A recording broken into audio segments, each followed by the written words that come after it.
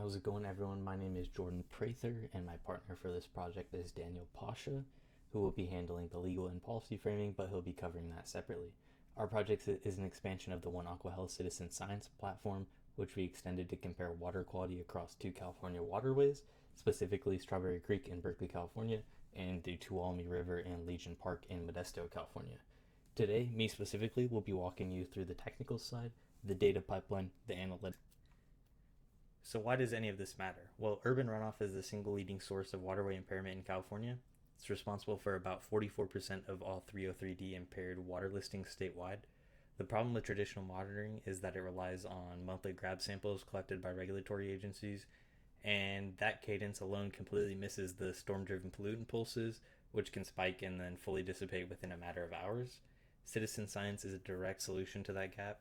Community observers collecting geotagged field scores at a high frequency can generate actionable water quality data at roughly 12 times lower cost than agency lab reports. Our core research question was then whether those community collected scores, when enriched with real-time environmental covariates, can produce reliable watershed risk intelligence that is actually useful for decision making. We designed the study around two watersheds that represent opposite ends of the California urban-rural spectrum. Strawberry Creek is a small 2.5 square kilometer urban catchment that runs directly through the UC Berkeley campus. It has 62% impervious cover and a very low base flow of around 5 cubic feet per second, which means it responds very quickly to rainfall events. The Tuolumne River at Legion Park in Modesto is quite the opposite. It drains a much larger 4,900 square kilometer basin with a mix of agricultural and urban land use, specifically through the Don Pedro Reservoir. So it has a high base flow of around 900 cubic feet per second with a strong seasonal snowmelt signal. Putting these two sites together lets us test whether the platform can generalize across fundamentally different watershed types. So now moving to the legal and policy side of our project. As mentioned before, we studied two creeks in California, the first one being the Tuolumne River near Modesto, which is in really bad shape, and the second being the Strawberry Creek, which is right here on Berkeley campus and is actually doing pretty well. Essentially, here's the strange part. Both creeks are protected by the same exact laws. So how do they end up in completely different conditions? By the end, you'll see that the answer really isn't just about laws at all. To understand why things are failing, you first have to see what's supposed to be working. Every creek in America is protected by 5 layers of government and law. The first layer is the federal government. That's the U.S. government's Clean Water Act, which was passed in 1972. It was created to clean up America's rivers, which were so polluted at the time that some of them were literally catching on fire.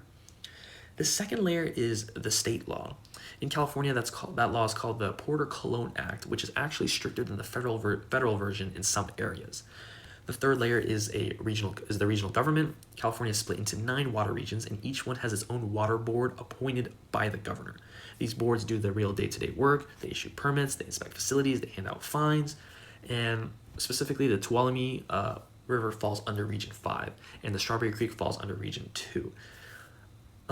And the fourth layer is the local government. Each city and county gets its own permit from the regional board, which controls the pollution that runs off their streets and storm drains. And then the fifth and final layer is the site level governance. That's whoever directly manages the creek on the ground. So for Tuolumne, that's a partnership between Modesto, Ceres, and Stellantis County. For Strawberry Creek, it's just UC Berkeley.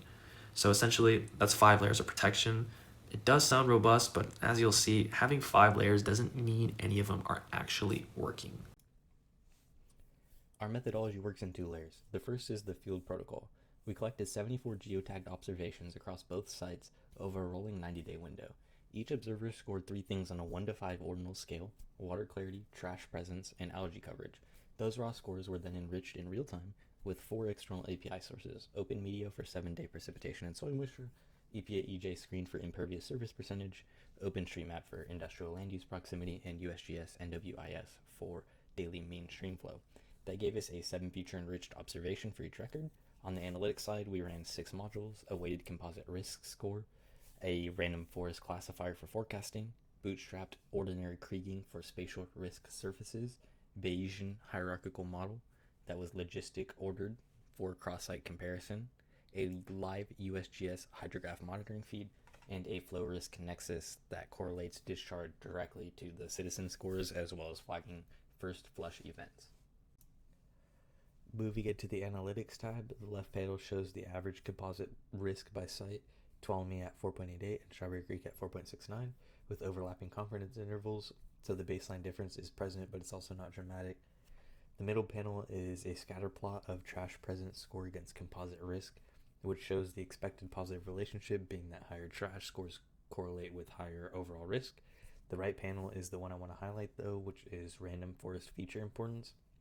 The 3 citizen field scores, algae coverage, trash presence, and water clarity, collectively dominate the importance ranking. This is actually a key validation result, as it tells us that community collected observations are carrying the majority of the predictive signal, not just the automated covariate data that we happen to pull off of APIs. Kind of goes back into detail of like, okay, same laws, but completely different outcomes between the Tuolumne River and the Strawberry Creek. There are 4 reasons. The first reason is who's exactly in charge. At Tuolumne, the responsibility is split between Modesto, Ceres, county, and the regional board. When responsibility is split among parties, nobody actually owns it. Modesto says it's Ceres' jobs, for example. Ceres will say it's the county's job. Everyone points fingers. Whereas at Strawberry Creek, UC Berkeley is the single owner. You essentially just have one office, one plan, and essentially just one accountable group. The second reason is funding. The Tuolumne River only gets attention when something breaks. If sewage spill triggers a fine, or if pollution gets so bad it makes the news, that's just being reactive. Strawberry Creek got money before there was a crisis. The chancellor wrote a check up front. That's being proactive. So if you only fix things after they break, things will keep breaking.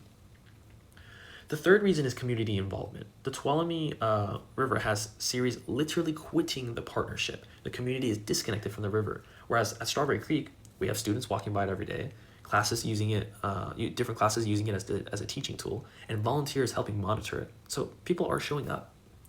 The fourth reason is that the outcome itself.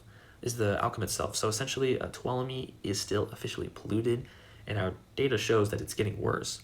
Where Strawberry Creek has a thriving native fish populations and has a very healthy ecosystem. So essentially, the key insight of my whole analysis is that the law sets a floor, which is just the minimum, but how high a community goes above that floor is what is determined by what happens locally. So remember, all the creeks and rivers, especially when it comes to these two, specifically in this area, have the same legal floor, just completely different ceilings. The flow risk nexus module is where we directly connect the discharge record to the citizen risk scores. On the left is the dual axis time series, discharge in the blue on the left axis, mean citizen risk score on the dotted line on the right axis, and the red dashed vertical lines mark first flush events, which are days where discharge spiked above the rolling 7-day mean. On the right is the correlation analysis. For Tuolumne, we got the Spearman row of negative 0.579 with the p-value of 0.0004 across 52 paired observations. The negative direction is actually an interesting finding because it indicates a dilution effect, where higher flows are reducing observed risk by diluting contaminant concentrations rather than first flush enrichment patterns, which we originally hypothesized. Strawberry Creek shows a much weaker negative correlation in the same direction. The scatter plot on the right visualizes this and shows a clear downward trend line. So 3 findings tell the story of what's gone wrong at the Tuolumne River. The first finding is 6 pollutants. So there's something called the Section 303D list, and it's just a section number of the Clean Water Act that requires it. Essentially, the list tracks that every river in California that's officially considered too polluted would be on that list. The Tuolumne is on that list for 6 different pollutants: pesticides from farms, mercury left over from gold mining in the 1800s, water that's too warm for fish to survive, and toxicity that's killing wildlife from sources scientists can't even pinpoint.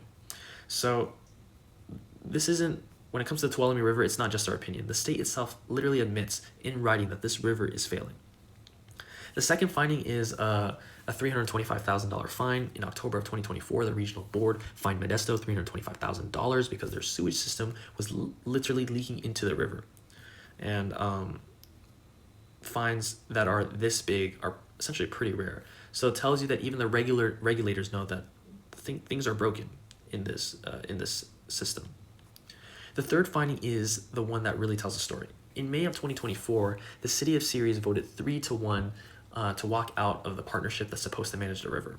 The mayor of Ceres said publicly that all the improvements were happening on the Modesto side, while the Ceres side was being completely ignored. So Ceres was paying money in, but getting nothing on their side, and they just decided to quit. Why does that matter? Well, our study site is literally on the boundary between Modesto and Ceres. It's right at that spot where one of the responsible cities literally just gave up. So when our data shows that Tuolumne is getting worse and worse over time, it's not random. It's predictable. It's a predictable result of a governance system that's literally falling apart at real time. So I'm going to explain why the legal floor is so low to begin with. Because this is where the law itself actually becomes the problem. Most pollution today doesn't come from one big factory pipe dumping into a river. That's kind of like an old picture of pollution. Today, most urban water pollution comes from something called stormwater runoff. That's all the rain that falls onto city streets, parking lots, rooftops, and lawns, then runs into storm drains and out to rivers, which then picks up oil, trash, chemicals, fertilizers, pet waste, and everything else along the way. This is by far the biggest source of urban water pollution today. You'd think that the law would have a really strict standard for stormwater, but it actually doesn't. The federal law uses a phrase you've probably may or may not have heard, but it's called the maximum extent practicable. That's actually a legal standard written into the Clean Water Act. Essentially, it just means that cities just have to try their best. They don't have to actually they don't have to actually keep the water clean. They just have to make a reasonable effort. Now, that does sound reasonable on the surface, but here's the issue. There's no number attached to it. Nobody defines what best actually means. That it's very subjective. So the city itself gets to decide how much effort is enough. It's essentially like a teacher telling a student, just try your best on the test, and if you tried hard enough, that counts as passing. And then the teacher lets the student decide if their effort was good enough. Of course, every student would say that their effort was great. They'd all give themselves a passing grade. This is the weakest standard in the entire system. And it applies to the biggest source of pollution. So the law is strict for factories and sewage plants, but for stormwater runoff, which is the largest pollution source today, the law just says do your best. That's the gap our data is measuring in real time. So can this be fixed? And the answer to that question is yes. And the proof is that other rivers used to be in the same shape as the Tuolumne or even worse, and they turned it around. Two prime examples of this would be the first one being the LA River. For most of the 1900s, it was a concrete drainage ditch. After bad floods in the 1930s, the city paved over. The river basically disappeared. But in the last 15 years, that's changed. There's now a $1 billion master plan to restore it. Concrete is being torn out and replaced with natural habitat. And here's the key fact. The LA River has the exact same federal and state laws as the Tuolumne. Nothing is legally different. So why is one being restored and the other isn't? The answer is simple. Political will. Political will means specific people in specific government jobs deciding something matters enough to invest in. For the LA River, the mayor of Los Angeles and the county board of supervisors, California state legislators, and U.S. Congress members from LA all aligned and funded it. For the Tuolumne River, the alignment never happened. Same laws, completely different outcomes because different people in those roles made different choices. The second example is from a stream in Seoul of South Korea.